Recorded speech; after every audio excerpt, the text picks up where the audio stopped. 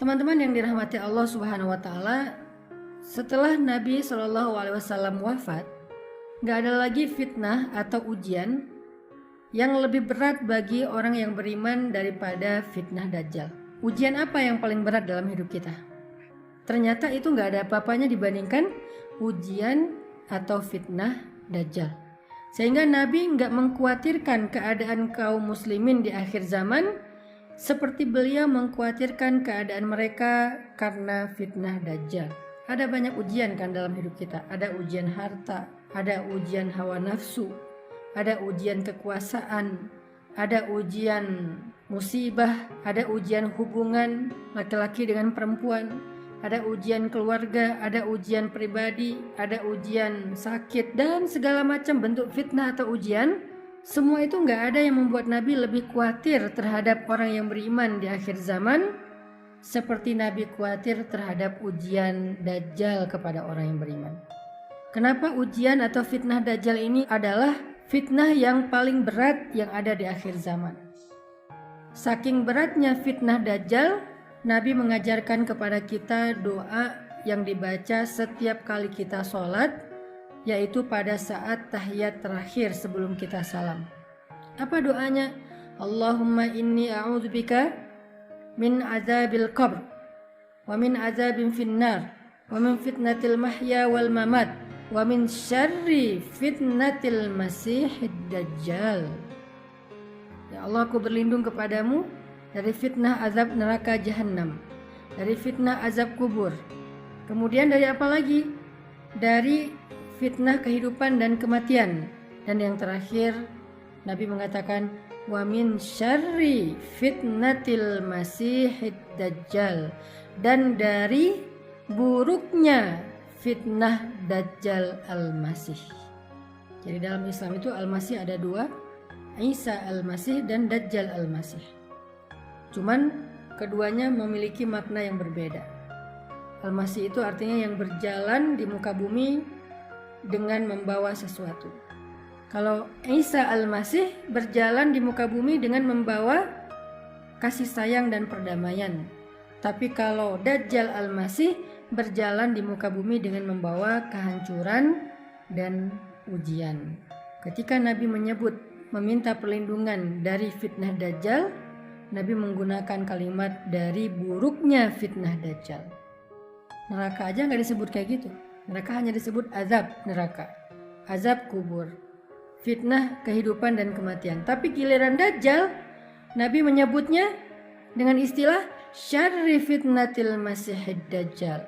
Buruknya ujian, musibah, godaan, fitnah dari Dajjal. Ini menunjukkan bahwa Nabi itu khawatir banget terhadap keadaan umatnya di akhir zaman, khususnya mengkhawatirkan keadaan kita apabila menghadapi fitnah-fitnah Dajjal.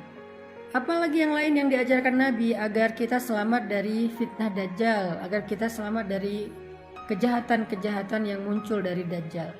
Salah satunya adalah Nabi mengajarkan kita tentang menghafal dan membaca surat Al-Kahfi. Amalan ini, kata Nabi, usima minad Dajjal, akan melindungi seseorang dari Dajjal. Pada saat Dajjal itu muncul, hampir gak ada orang yang bisa melindungi diri. Susah banget mencari perlindungan pada saat Dajjal muncul. Kata para ulama, inti dari fitnah Dajjal itu adalah tipu daya.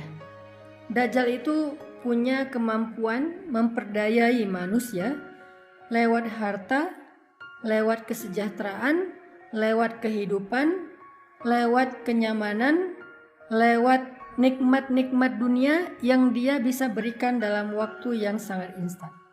Itulah fitnah Dajjal. Sehingga ketika Dajjal muncul, maka orang-orang yang dalam keadaan kehausan setelah 1 tahun gak turun hujan, orang-orang yang dalam keadaan kelaparan, orang-orang yang dalam keadaan kemarau panjang, orang-orang yang dalam keadaan banyak penyakit, banyak wabah seperti sekarang, orang yang gak punya pekerjaan, gak punya penghasilan, gak punya pendapatan, gak punya makanan di rumahnya, berbondong-bondong akan datang kepada Dajjal untuk mendapatkan makanan gratis, untuk mendapatkan harta, untuk mendapatkan pekerjaan, untuk mendapatkan kebaikan-kebaikan yang mereka butuhkan. Tapi dengan syarat mereka harus kufur kepada Allah dan beriman kepada Dajjal. Itulah fitnah yang paling berat. Dan sedikit sekali orang yang mampu menghadapi fitnah ini. Dia membeli kekufuran mereka. Dia membeli iman mereka. Dia membeli keyakinan mereka untuk menjadi pengikutnya dan meninggalkan jalan Allah Subhanahu wa taala. Dan siapa yang menjadi pengikut Dajjal, maka dia kekal di dalam api neraka selama-lamanya. Na'udzubillahi min dzalik. Teman-teman bisa kita lihatlah dalam kehidupan sekarang.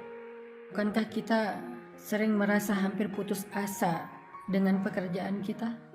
Ini belum keluar Dajjal. Ini masih kayak ujian-ujian kecil menjelang datangnya Dajjal. Ada ujian harta. Banyak dari kita yang hampir berputus asa dengan rezeki yang halal, sehingga kita menghalalkan segala cara.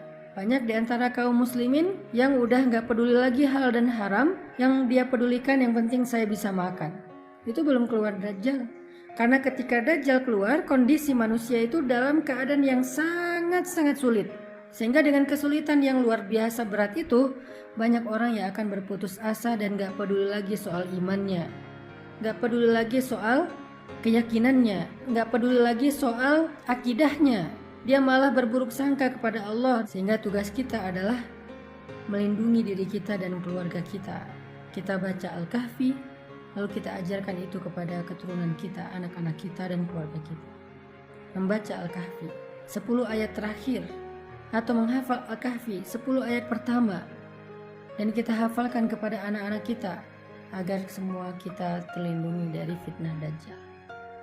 Yang kedua, keutamaan dari surat Al-Kahfi akan diberikan cahaya nanti di padang mahsyar.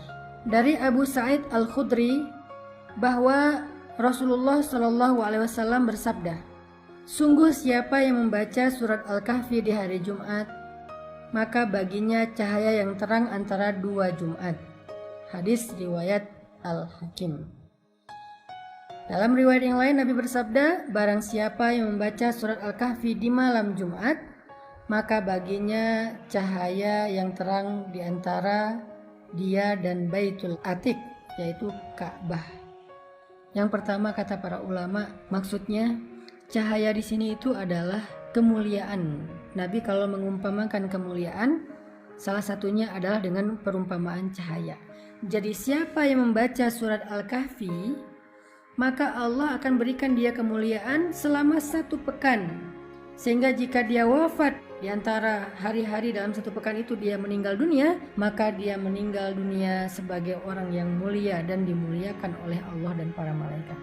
Yang kedua, cahaya antara dia dan Ka'bah. Maksudnya, saking terangnya cahaya yang Allah berikan dengan membaca Al-Kahfi, seolah-olah seandainya dunia ini tidak ada matahari, maka dia bisa menerangi bumi dari tempat dia tinggal sampai ke Ka'bah, saking terangnya. Jadi kalau dari Indonesia ke Ka'bah itu terang, berarti kayak cahaya matahari setengah bumi. Apa maksudnya? Itulah cahaya yang akan dia dapatkan nanti di padang mahsyar.